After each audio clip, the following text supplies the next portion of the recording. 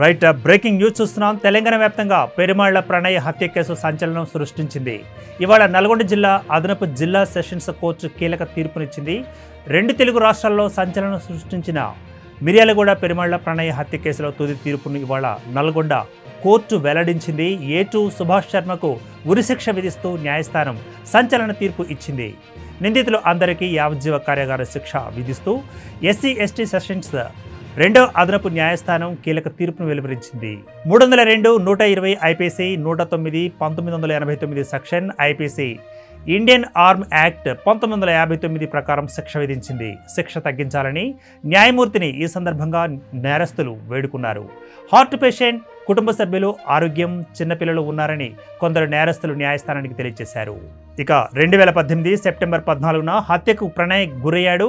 గర్భవతిగా ఉన్న భార్య అమృతను నల్గొండ జిల్లా మిర్యాలగూడలోని ఆసుపత్రికి తీసుకువెళ్లారు. తిరిగి వస్తుండగా దుండగులు ప్రణయ్పై కత్తులతో దాడి చేసి హతమార్చారు.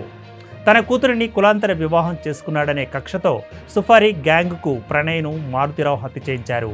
ఈ కేసును ప్రతిష్టాత్మకంగా తీసుకున్న పోలీసు శాఖ అన్ని కోణాల్లో విచారణ పూర్తి చేసింది. 1600 పేజీలలో ఛార్జిషీట్ నివేదికను రూపొందించింది. అప్పటి SP AV రంగనాథ్ పర్యవేక్షణలో విచారణ పూర్తి చేసి హత్య కేసులో 8 మంది నిందితుల పాత్ర ఉందని నిర్ధారించింది. 2019 జూన్ 12న ఛార్జిషీట్ దాఖలు చేయగా SC/ST జిల్లా సెషన్స్ కోర్టు విచారణ మొదలుపెట్టింది.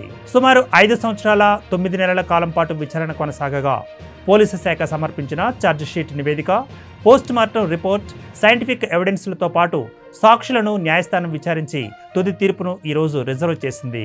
ప్రణయ్ హత్య కేసులో A1 తిరునగరి మారుతిరావు, A2 బీహార్కు చెందిన సుభాష్ శర్మ, A3 అస్గర్ అలీ, A4 అబ్దుల్ బారీ, A5 MA Karim, A6 Tirunagari Shravan Kumar, A7 Shiva, A8 Nizam నిందితులుగా పోలీసులు కోర్టుకు సమర్పించిన ఛార్జిషీట్లో వారిని పేర్కొన్నారు. ప్రధాన నిందితుడు మారుతిరావు A1 2020 మార్చిలో ఆత్మహత్యకు పాల్పడిన విషయం తెలిసిందే. ఈ కేసులో నిందితుల పాత్రపై సాక్ష్యాధారాలను పరిగణించి శిక్ష ఖరారు చేసి న్యాయస్థానం ఈ మేరకు వెల్లడించింది. సుభాష్ శర్మ, అస్గర్ అలీ విచారణ ఖైదీలుగా ఉన్నారు. ఇక మిగిలిన 5 నిందితులు బెయిల్పై విడుదలై కోర్టు విచారణకు హాజరవుతున్నారు.